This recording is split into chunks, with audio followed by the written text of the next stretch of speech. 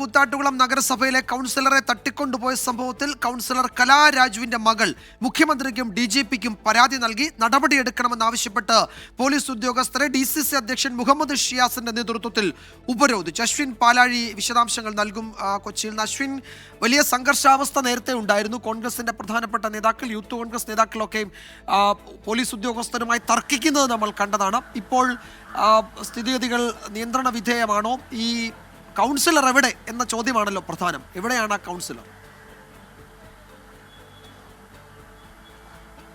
അതിനൊരു ഉത്തരമില്ലാത്ത ചോദ്യമാണ് വിജയകുമാർ. എവിടെയാണ് ഈ കൗൺസിലർ എന്നുള്ള കാര്യത്തിൽ ഇതുവരെയും ഒരു സൂചനയും കിട്ടിയിട്ടില്ല. പോലീസ് അന്വേഷണം നടക്കുന്നുണ്ടെന്ന് പറയുന്നുണ്ടെങ്കിലും അതിലൊരു സൂചന പോലീസും ഇതുവരെ പങ്കുവെക്കുന്നില്ല. അതാണ് ഈ പ്രശ്നങ്ങളെല്ലാം രൂക്ഷമാകാനും കാരണം. അല്പസമയം മുമ്പ് മുഹമ്മദ് ഷിയാസും യൂത്ത് കോൺഗ്രസ് നേതാവ് അബിൻ വർക്കിയുമെല്ലാം ഇവിടെ എത്തി DYSP അടക്കമുള്ള ആളുകളുമായി സംസാരിക്കുമ്പോഴും അവർ ഒരു അനുകൂല മറുപടി നൽകുന്നില്ല. അതാണ് വീണ്ടും ഒരു സംഘർഷ സാധ്യതയിലേക്കൊക്കെ പോലീസ് സ്റ്റേഷൻ പോകാൻ കാരണമായത്.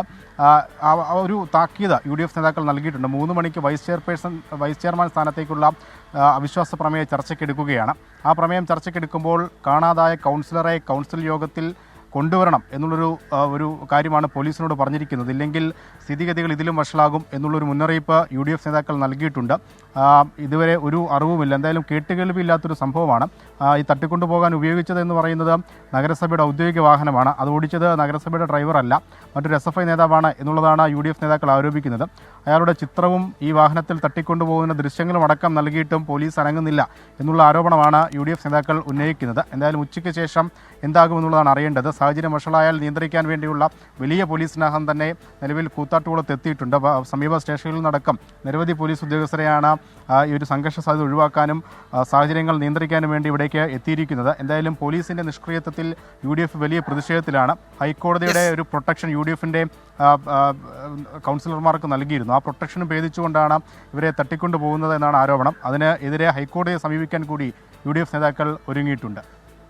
ഏതായാലും കൗൺസിലർ കലാരാജു എവിടെ എന്ന ചോദ്യത്തിന് ഉത്തരമില്ല. മുഖ്യമന്ത്രിക്കും DGPക്കും മകൾ പരാതി നൽകിയിട്ടുണ്ട്. ഉച്ചയ്ക്ക് ശേഷം ഈ ചർച്ച നടക്കുന്ന സമയത്ത് കലാരാജു എന്ന കൗൺസിലർ അവിടെ ഉണ്ടായില്ലെങ്കിൽ വലിയ പ്രതിഷേധത്തിലേക്ക് പോകുമെന്ന് കോൺഗ്രസ് നേതാക്കൾ മുന്നറിയിപ്പ് നൽകുകയും ചെയ്തിട്ടുണ്ട്. അശ്വിൻ പാലാഴിയാണ് വിവരങ്ങൾ നൽകിയത്.